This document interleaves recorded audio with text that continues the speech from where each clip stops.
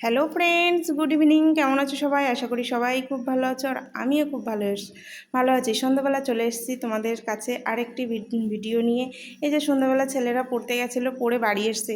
মামি ভুক লাগিয়ে ওদের ভুক যেন সব সময় পেটে থাকে। ছোটো মানুষ তো, এরকম সময় আমাদেরও কিন্তু এরকম মনে হতো। এখন তো বড় হয়েছি, খিদে পায় না, খেতে ইচ্ছা করে না এরকম। তবে ওদের এটা খাওয়ার সময়, এটা না ওটা, ওটা না ওটা, এরকম সব সময় ওদের দিতে হয়। তো ভাবলাম একটু গুছিয়ে গাছিয়ে দিই। সব সময় তো আর খাওয়া হয় না গুছিয়ে গেছে, তাই ট্রেতে করে একটু গুছিয়ে গাছিয়ে নিয়ে ছেলেদের নিয়ে টিফিন করতে বসে গেছি। টিফিন করে নিয়ে তারপরে যাব রান্নার কাছে। मम्मी एक गिलास पानी लाओगे? पानी पीना है? किताब लेके नहीं बैठना क्या अभी? अभी नहीं। नहीं अभी नहीं ना, अभी बैठना पड़ेगा बेटा, यार थोड़ी देर बाद। थोड़ी देर बाद।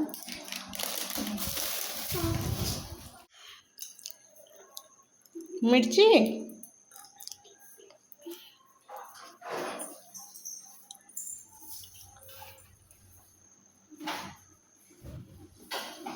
এদিকে চলে এসেছি রান্নাঘরে রান্নার জোগাড় করতে। এসে এই যে থালে না ডালিয়া রোদে দিয়েছিলাম, ডালিয়াগুলো তো উঠাতে আমার একদমই মনে ছিল না। ছাদে ছিল, এই সন্ধ্যার সময় ছাদে গেছি তখনই নিয়ে এসেছি। আর রাত্রে রান্না করতে এসে ভাবলাম কি রান্না করব। তোরা সকালে তো শাকটা খাওয়ালো, তো ভাবলাম একটু ডাল করা যাক, রাত্রের খাবার একটু হালকা ফুলকা খাওয়া যাক।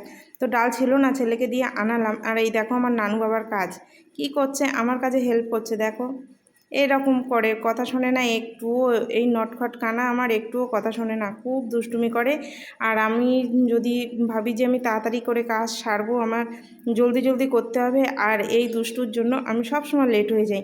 এদিকে আমি ভাতও চাপিয়ে দিয়েছি, ভাতটাও দেখো হয়ে এসছে প্রায়। আর ডাল সিদ্ধ চাপিয়েছি। তো ডালের সঙ্গে শুধু ডাল হলে কি আর ভাল লাগে নাকি? শুধু ডাল আর খেতে ইচ্ছা করে না।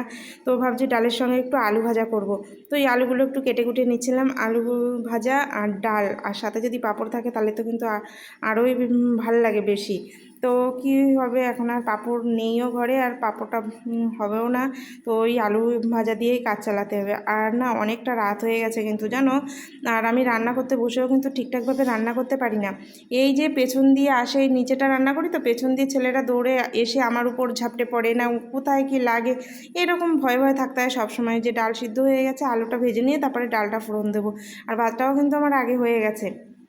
এদিকে রান্নাবান্না কমপ্লিট, খেতে বসে গেছি। জানো বন্ধুরা, আজকে কিন্তু অনেকটা রাত হয়ে গেছে, 11:30 বেজে গেছে রাত্রের খাবার খেতে খেতে। কিন্তু কি করা, তো কোনো একটা কারণে হয়ে গেছে, সেই কারণটার পরের ভিডিওতে তোমাদের বলবো। তো এই যে খেতে দিয়ে দিই, সত্যি বিভৎস খিদে পেয়ে গেছে। আর আমার একদম ইচ্ছা হচ্ছিল না জানো, এই যে কড়াই থেকে ডালটাও নামাইনি, ওরকমভাবে নিয়ে বসে গেছি। ডাল ওঠানোর জন্য হাতাও আনিনি। আবার দেখা হবে কোনো মতে মানে সাথে। খেয়ে একটু শুতে পারলে বাঁচি, এরকম অবস্থা। কমেন্ট করো, আর নতুন বন্ধু যারা আছো সাবস্ক্রাইব করে পাশে থেকো। তো আমার সমস্ত বন্ধুদেরকে জানাই আবার অনেক অনেক অনেক ভালোবাসা। তাহলে বন্ধুরা আজকের মতো ভিডিওটি অবধি রাখছি। সবাইকে জানাই গুড নাইট, ভালো থেকো, সুস্থ থেকো। আবার দেখা হবে অন্য একটি নতুন ভিডিওর সাথে।